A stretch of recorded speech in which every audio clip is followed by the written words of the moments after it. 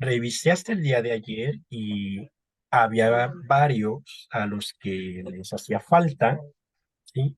Por lo tanto, decidí esperar un poco y pues en lugar de dejarles comentarios, preferí, como tienen de límite el día de hoy, iniciar con sus reflexiones, sus apreciaciones acerca de el texto que les compartí sobre la ilustración en la Nueva España, notas para su estudio. ¿Qué les pareció? ¿Cómo resultó su experiencia con a ver,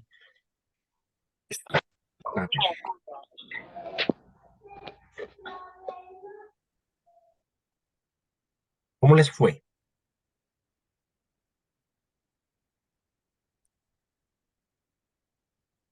Hola maestra, buenos días.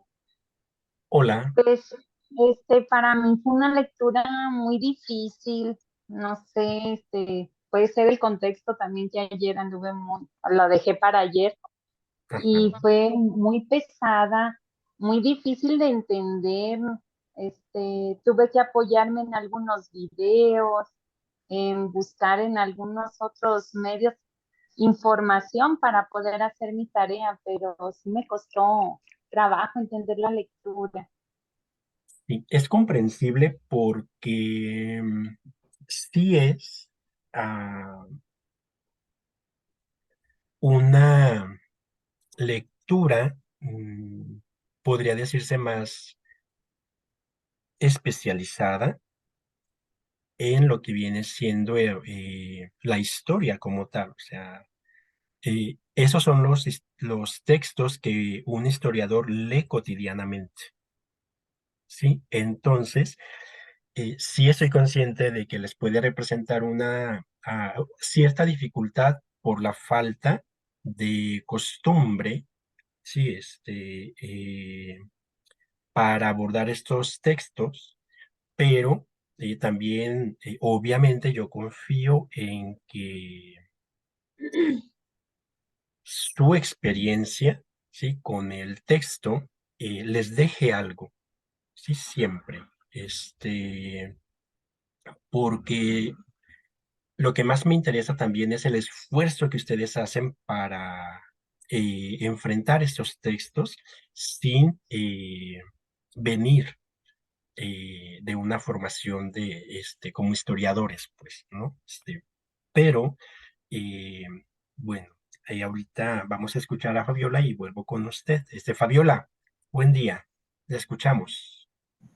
Hola, buenos días. Pues a mí el texto, la verdad es que también me pareció complicado, lo tuve que leer 2, 3 veces, porque sí, hasta me tomaba mis pausas y todo, porque la verdad es que sí estaba bastante, pues bastante complejo, porque no tenemos como la costumbre de manejar ese material todos los días, pero en general creo que me hizo mucho sentido, o sea, sí me gustó leerlo y me pareció, pues me pareció bastante interesante porque al final pues ahí se viene como entendiendo por qué y cómo se gesta toda la etapa que sigue, que es la cuestión de la independencia y como toda esta perspectiva de lo nuevo de esa época. Digo, ahorita estamos viviendo un proceso de cambio de ideas que distintas, procedimientos diferentes, etcétera, pero es como un espejo, o sea, en ese momento justamente había gente que decía, a ver, las cosas han sido así, pero ¿por qué no las hacemos así? ¿Por qué no buscamos otra perspectiva? ¿Por qué no tomamos otro camino? ¿Por qué no reconocemos cosas que están frente a nosotros y que nos negamos a ver, como la parte esta de, pues, de dignificar al indígena, ¿no? De reconocer que es un humano y que sí siente y que sí piensa y que puede desarrollarse, etcétera. Esa parte fue la que más me llamó la atención, ¿no? Esta cuestión de lo nuevo situado en ese contexto de la historia específicamente. Y ya, esto es todo lo que aporto hoy. Bueno, gracias, Fabiola. Y precisamente para todos, la recomendación es lo que su compañera Fabiola ha dicho, ¿no? Reconociendo pues la dificultad del texto, sí, esa es una dificultad pues intrínseca ya al material mismo, y la falta de contacto cotidiano con estos textos también de su parte lo hace todavía más difícil, pero como dice su compañera, lo importante al realizar estas lecturas es tomarse tiempo para reflexionar, decía su compañera, o sea, lo leía, pero de repente hacía pausas. Esa es una de las claves porque entonces nuestra mente se puede despejar, aclarar, descansar y entonces volver al texto, ¿sí? Y tras cada pausa nosotros podemos leer el texto de manera pues concentrada para tratar de sacarle el mayor provecho posible, ¿sí? Entonces, Héctor, lo escuchamos. Buenos días. Buenos días, profe. Buenos días, maestro. Aquí lo importante también a mí se me hizo algo difícil porque pues es algo nuevo, ¿no? Que si bien es cierto, pues ya lo hemos estudiado, ya lo hemos visto en algunas ocasiones, pero verlo de manera muy a fondo, directo y pues yo ahí noto pues la transversalidad que existe o que existió dentro de la política, la economía y la educación desde entonces que se originó y cómo a la fecha sigue habiendo esa revolución o libertad de independencia y que ha habido una transformación, ¿no? Y que se sigue aplicando con los nuevos gobernantes, tanto en la política, la economía y la educación. Cómo tratan de mejorar, pues, cómo se trata de mejorar cada día y cada una de de estos rubros, ¿no? La política, la economía, la educación, cómo es lo importante, pues, para el Estado, el que se vaya transformando y que, pues, el Estado en cierto momento, ellos mencionan, pues, que tienen, como quien dice, la última palabra y nosotros como sociedad, pues, tenemos que acatar dichos cambios y que se van transformando día a día incluso en nuestra actualidad, ¿no? Con el nuevo sistema o los nuevos cambios políticos, económicos e incluso la transformación actual de la educación, ¿no? Eso es como mi punto de vista, muy interesante y sí, sí un grado de complejidad, pero que sí queda una experiencia pues muy, muy buena, satisfactoria. Muchas gracias, Héctor. Eh, Tiene usted también razón y es interesante también cómo el que mencione esta cuestión de la transversalidad o de la interrelación de diferentes aspectos, ¿sí? Sociales que tienen que ver precisamente con la cotidianidad de la sociedad en el siglo XVIII y pues, incluso antes, y también en nuestro presente, sí, es decir, esta interrelación entre diversos sistemas, porque hay que entender también que son sistemas, ¿no? El sistema económico, el sistema político y el sistema educativo, y de alguna manera como precisamente el Estado es el que tiene aquí la prevalencia, ¿no? Y en este momento, en la ilustración, sí, hasta finales del siglo XVIII, recordar que estamos hablando también de estados monárquicos, ¿sí? En donde los reyes gobiernan por decreto, ¿sí? O sea, no había, a excepción de Inglaterra, una constitución, ¿sí?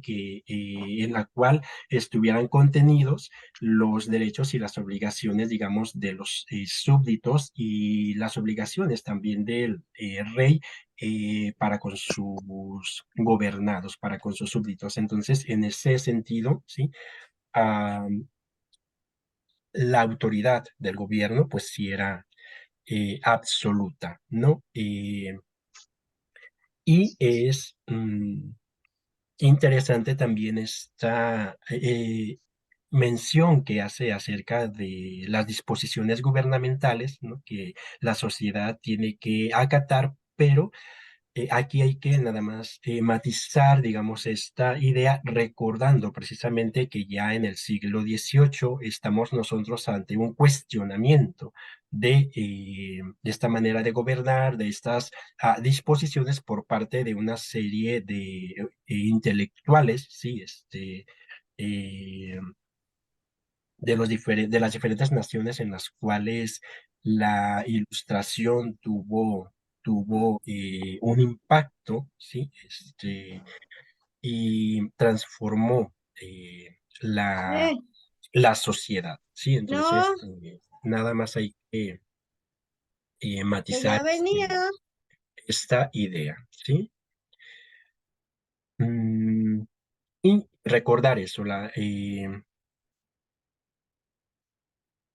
posibilidad que hay ya de parte de estos intelectuales, ¿sí? De cuestionar el orden social, no solamente las disposiciones gubernamentales, sino en general el orden social, digamos, cuestionar eh, esas figuras de autoridad que representaban no solamente los gobernantes, los monarcas, sino también otras instituciones como la iglesia, ¿sí? Porque ya se estaba cuestionando también su autoridad, digamos, moral, siempre con el riesgo de ser censurados, ¿sí? Eso hay que tomarlo también en cuenta y que es un riesgo que incluso se corre en la actualidad, ¿no? El levantar la voz y el riesgo de la censura. Eso es algo que todavía existe. Y sobre la complejidad del texto, claro que es complejo, como les digo, sobre todo porque si no tienen pues esta información de historiadores, entonces ah, parte nos hace un poco falta un contexto todavía más amplio, un conocimiento más profundo de la época. También se hace complejo porque maneja fuentes que son complejas. Menciona a estos autores, estos frailes, digamos, que escribieron sus crónicas, ¿sí? Que menciona Fabiola, ¿no? Que defendían la racionalidad de los indígenas, ¿no? Bartolomé de las Casas, entre otros. Entonces, estos personajes escribieron sus obras en castellano, o sea, en el idioma castellano del siglo XVI. Por lo tanto, es lógico que eh, el idioma que manejaron estos, estos personajes, ¿sí? Al tener una distancia temporal con el español actual, incluso con el castellano actual, sea un factor que hace todavía un poco más complejo abordar estos textos, ¿no? Pero por sus comentarios, por los comentarios que han emitido ustedes hasta el momento, puedo ver que a pesar de esa complejidad, comprendieron el texto, el contenido del texto y ese era el objetivo, ¿no? Prepararnos también para, ah, aparte de darle continuidad a las ideas que hemos venido manejando, también eh, tratar de tener ya, de conocer los antecedentes, ¿sí? Como mencionó también su compañera, lo que viene, que es precisamente el periodo de la independencia y la forma en la cual las ideas, ¿sí? De la ilustración de este movimiento cultural influyeron en el movimiento de independencia, no solamente de México, sino que primeramente en el movimiento de independencia de Estados Unidos, ¿sí? Después en la propia Revolución Francesa y posteriormente en el movimiento de independencia de México y del resto de las naciones hispanoamericanas, ¿sí? Entonces, eh, ese era también como el objetivo. Por eso les pedí a ustedes que hicieran una lectura muy atenta y pudieran en un documento, ¿sí? Registrar los diferentes aspectos, ¿sí? Con los cuales se relacionó la ilustración, ¿sí? Lo económico, lo político y el aspecto también de la educación, que es lo que nos compete, ¿sí? Y bueno, muchas gracias, Héctor. ¿Alguien más? A ver, ¿cómo abordaron este texto? ¿Qué les ha dejado?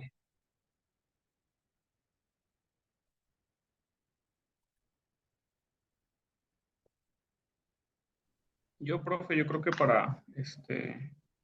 me gustó mucho el Hola, texto, lo que, Julián.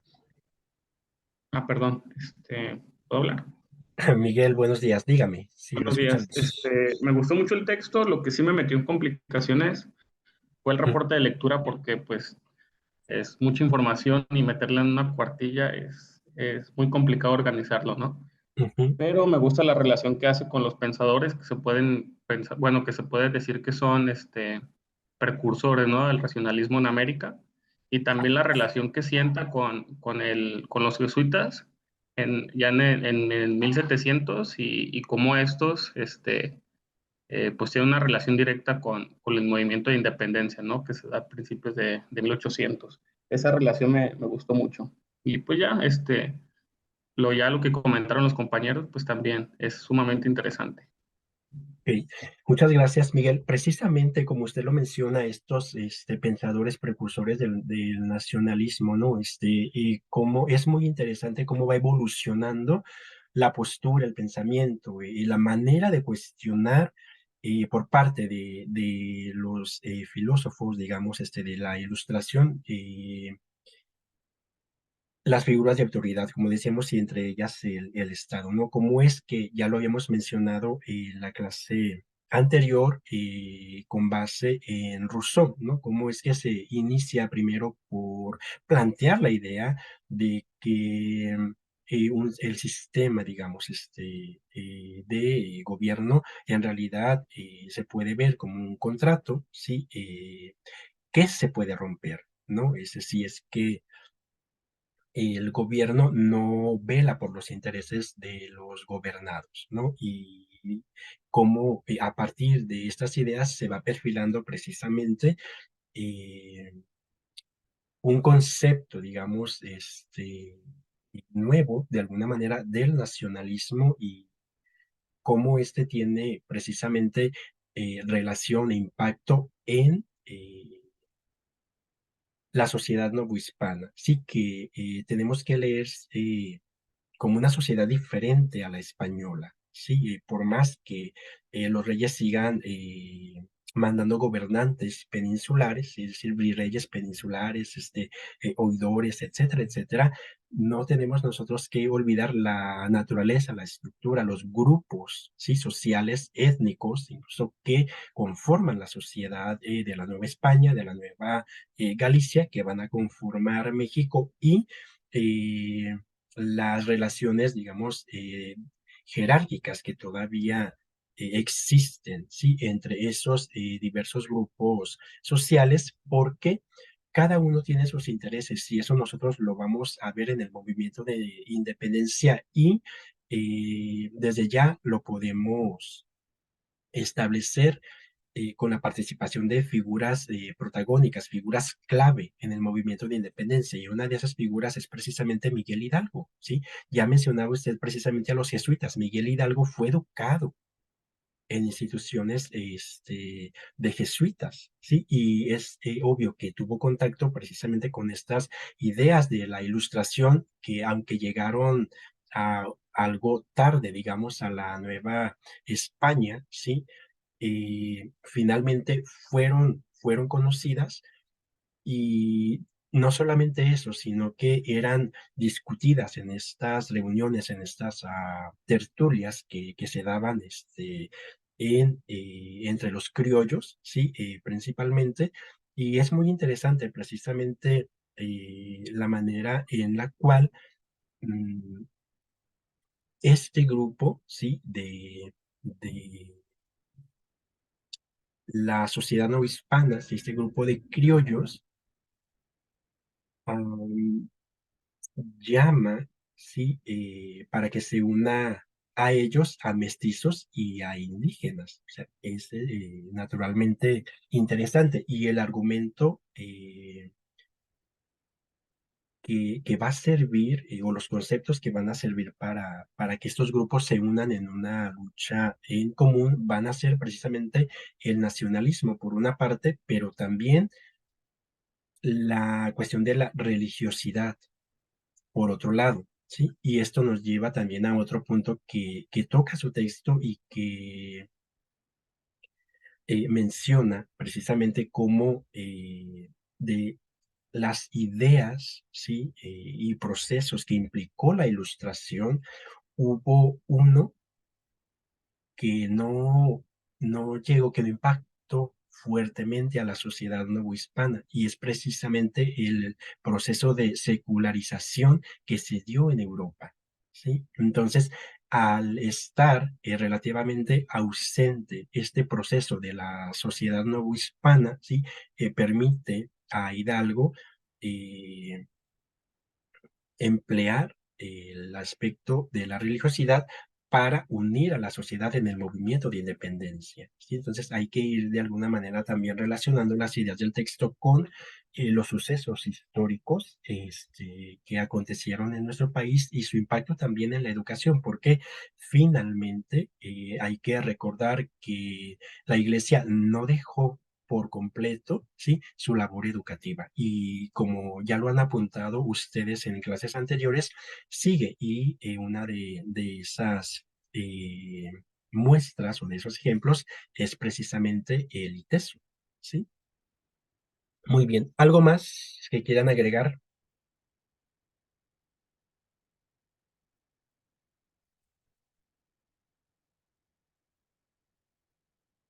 ¿No? Muy bien. Pues vamos a...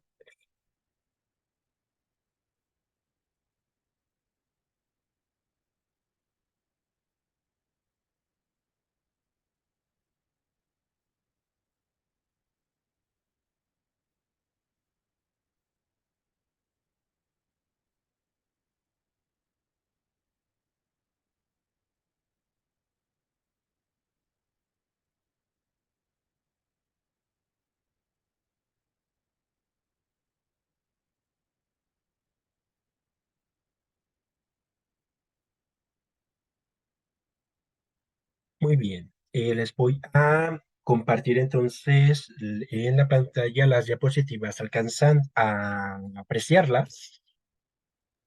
Sí, Sí, sí, profe. Perfecto. sí. Muy bien. Entonces, con base, ya dijimos, ¿no?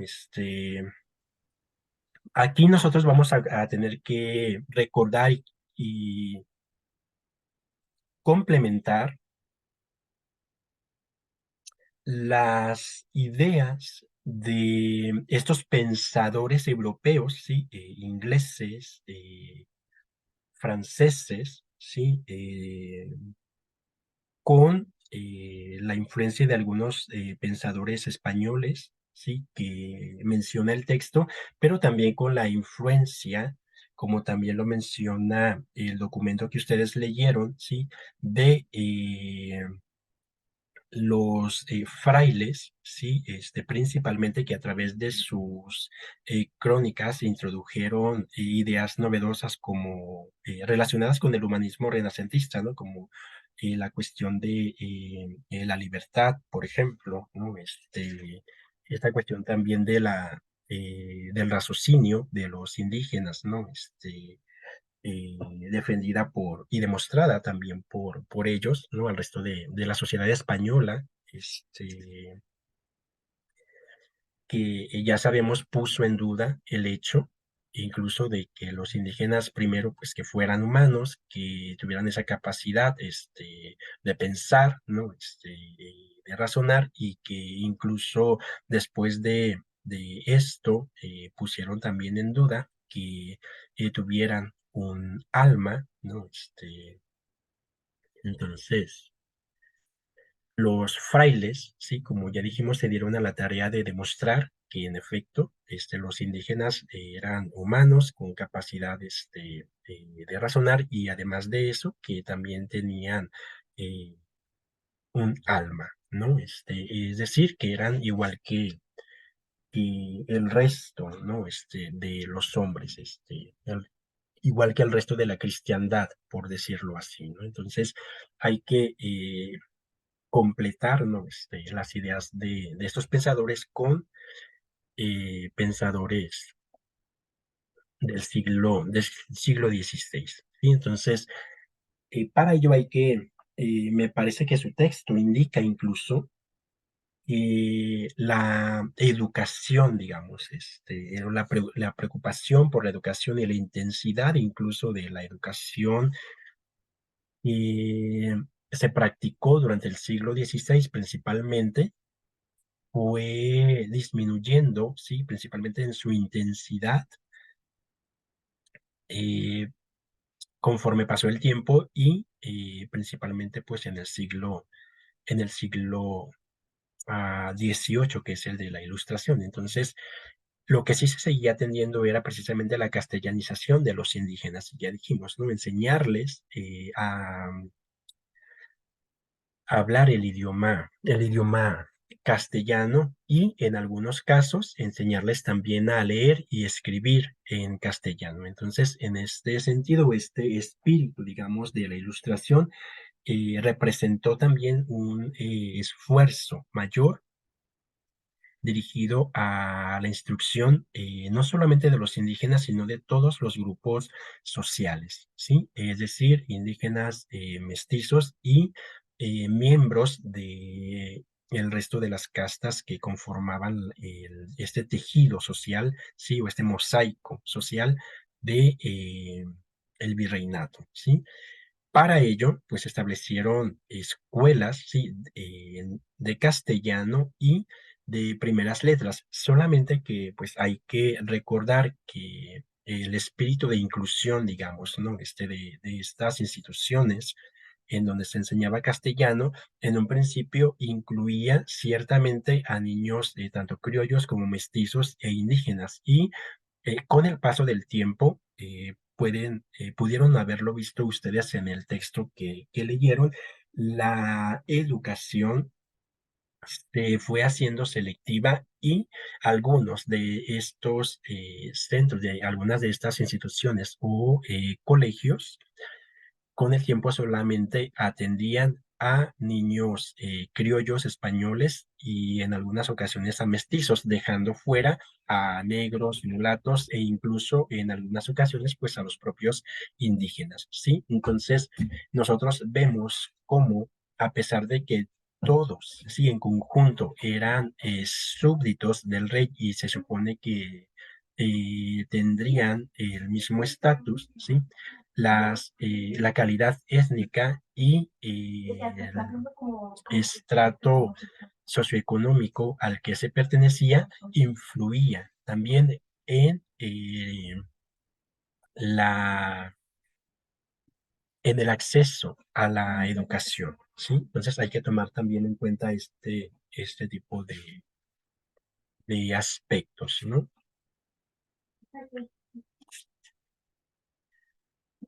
Bien, entonces, vemos nosotros también una serie de nuevas tendencias y como ya lo decían ustedes, ¿no? Esta serie de transformaciones que sufrió la sociedad. Entonces, tenemos nosotros así, hacia la mitad del siglo XVIII, entonces inicia un proceso renovador en la educación, ¿sí? Por tanto, por parte tanto de la autoridad civil como de la iglesia, es decir, la autoridad civil, pues es el gobierno, ¿sí? Y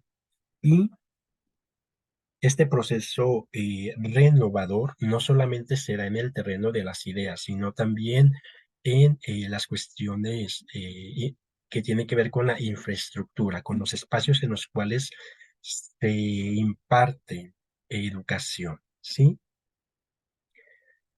En este sentido, ¿sí? Mm, Hay que recordar, como lo dice su texto, que el movimiento ilustrado tuvo una estrecha relación con la pedagogía, ¿sí? Y no solamente se educaba en este sentido, pues, a los niños, a los jóvenes, sino también que se buscaba educar a otros grupos, como por ejemplo, ya en el siglo XVIII, a las comunidades rurales, es decir, se procuraba educación a campesinos, pero también a los pequeños burgueses. Y hay que recordar que como ya había entrado en marcha el mercantilismo, ya nosotros estamos ante la incipiente, digamos, o la primera revolución industrial, pues también se daba educación a esta nueva clase social o nuevo grupo social que era el proletariado, ¿sí? Y lo que se pretendía era, de alguna manera, a través de la educación, la emancipación, es decir, brindarle libertad a la gente, ¿sí? Libertad, recuerden ustedes, de pensamiento y a través de la libertad de pensamiento, libertad de acción, ¿sí? Pero hay que recordar también que esta libertad de acción implicaba una libertad también de empresa, es decir, en cuanto a la libertad de empresa se relaciona con la libertad de ocupación, ¿sí? A qué van a dedicar ustedes su vida y por lo tanto se relaciona también con la productividad, ¿sí? Entonces hay que recordar que la supremacía, ¿sí? O el ente supremo en la sociedad era el Estado. Por lo tanto, ¿sí? Ese Estado, ¿sí? Era el actor principal en cuestiones de política y por lo tanto también de política económica, de modo tal que recuerden ustedes, ¿sí? Como lo leyeron en su texto, la riqueza, ¿sí? Era vista como algo fundamental del poder, ¿sí? Del Estado, para que el Estado prevaleciera y no era como algo, no era vista como algo valioso, ¿sí? Para el individuo, ¿sí? Sino que tenía una estrecha relación con el Estado y por lo tanto con la colectividad, más que nada, ¿sí? Entonces, con esta nueva concepción, digamos, de una nueva concepción de la idea de progreso y de la capacidad transformadora de la educación, las autoridades civiles, es decir, los reyes, ¿sí? Iniciaron un proceso de secularización de la enseñanza. Entonces, tenemos aquí uno de los conflictos principales que confronta a dos instituciones, ¿sí?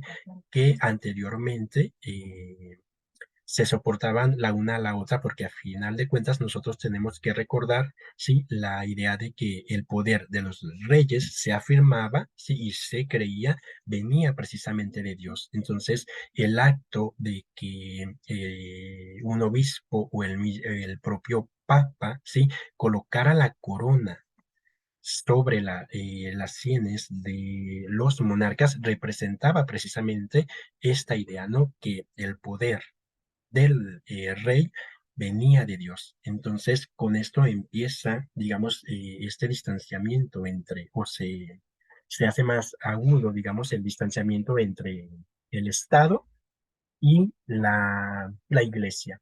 Pero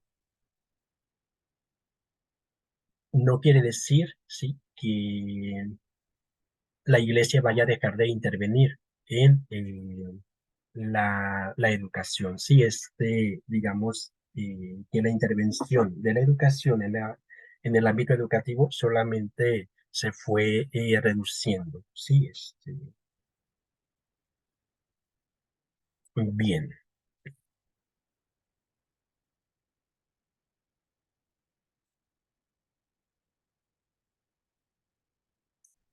Esto también nos lleva a otras consideraciones, ¿sí? En este proceso de secularización hay que recordar que esto era una característica del hombre ilustrado. ¿Qué buscaba el hombre ilustrado?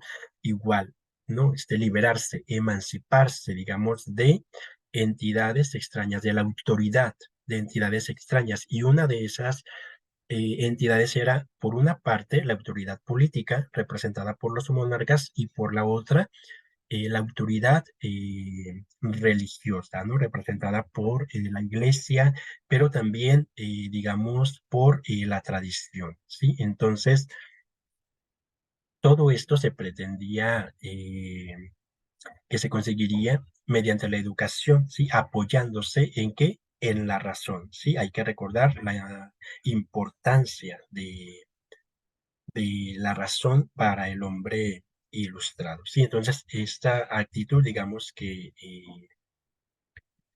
orienta, sí, influye en aquellos personajes que aspiraban a realizar una revolución social y política, ¿sí? Como ya lo dijimos, es el caso de los movimientos, ¿no? Revolucionarios, la Revolución Francesa, pero también la independencia de México y Estados Unidos, ¿no?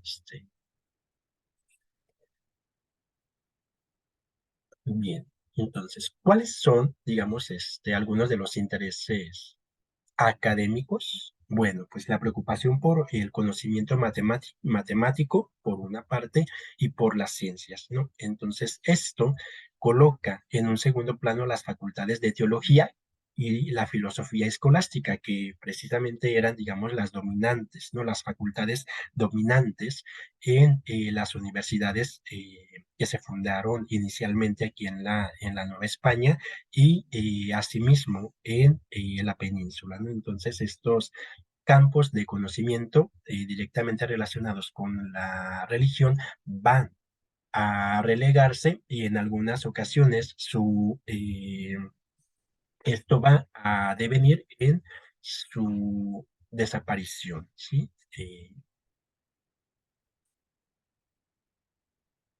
Con lo cual nosotros podemos ver lo que les comentaba, sí, se da un proceso de secularización a pesar de que no se vivió con el mismo impacto que en otras naciones, ¿sí? Entonces tenemos aquí una especie de conflicto, ¿sí? Entre dos visiones. Por una parte está la tradición y por otra la cuestión de la modernidad, ¿sí? Es decir, la tradición que tiene que ver con la educación informal, con la educación doméstica y la modernidad, sí, que uno ve al salir a la sociedad y a la cual uno se enfrenta, sí, al momento de principalmente pisar una universidad, sí, entonces tenemos este proceso de modernización que tiene que ver también con la secularización social y que contrapuso, ¿sí? A la teología y a la moral católica, ¿sí? Con la modernidad científica, ¿sí? Y con los postulados de estas nuevas ciencias. Bien, bueno, nos queda poco menos de un minuto de esta sesión, así es que la voy a terminar y les comparto el enlace para la sesión número 2. ¿Les parece? Sí, maestro. Sí, profe. ¿No va a ser el mismo enlace? No, les voy a compartir uno nuevo.